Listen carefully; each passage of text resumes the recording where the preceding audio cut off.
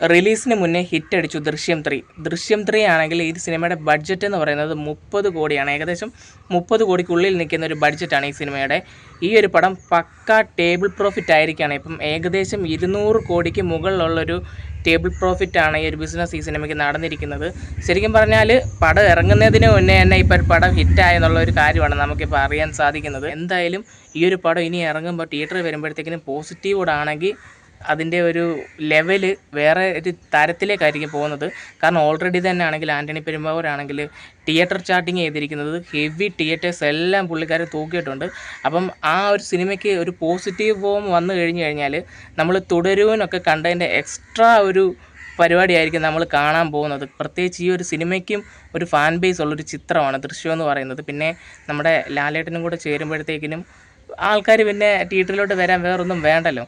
അപ്പോൾ ആ ഒരു കാര്യത്തിലാണെങ്കിൽ ഈ ഒരു സിനിമയാണെങ്കിൽ ഇപ്പോൾ നമുക്ക് ഒരു സന്തോഷകരമായിട്ടുള്ളൊരു വാർത്തയാണ് ഇതിപ്പോൾ വന്നിരിക്കുന്നത്. എന്തായാലും ലാലേട്ടൻ്റെ ആണെങ്കിലും തുടർന്നുള്ള ചിത്രങ്ങളെല്ലാം നല്ല പ്രോമിസിംഗ് ആയിട്ടുള്ള ഡയറക്ടേഴ്സായിട്ടാണ് അദ്ദേഹം സിനിമ ചെയ്യുന്നത്. ഈ സിനിമ ഒരു വലിയൊരു വിജയം മാറട്ടെ എന്ന് നമ്മൾ ആഗ്രഹിക്കുകയാണ്. അതുപോലെ തന്നെ ഏപ്രിൽ 2-ാം തീയതിയാണ് ചിത്രം റിലീസാകുന്നത്. ഇതിൻ്റെ ക്ലൈമാക്സിലാണെങ്കിൽ നമ്മളെയൊക്കെ ഒന്ന് ഞെട്ടിക്കുമെന്നാണ് ഈ സിനിമയിൽ അഭിനയിച്ച കുറച്ച് പേര് ഇൻ്റർവ്യൂവിലൊക്കെ പറഞ്ഞിട്ടുണ്ടായിരുന്നു. എന്തായാലും നമ്മൾ ഞെട്ടിക്കാൻ സാധിക്കട്ടെ. ഓവറായിട്ട് നമ്മൾ ഒത്തിരി ചിന്തിച്ചിരുന്നിട്ട് അവസാനം പാളിപ്പോയ പല പടങ്ങളുമുണ്ട്.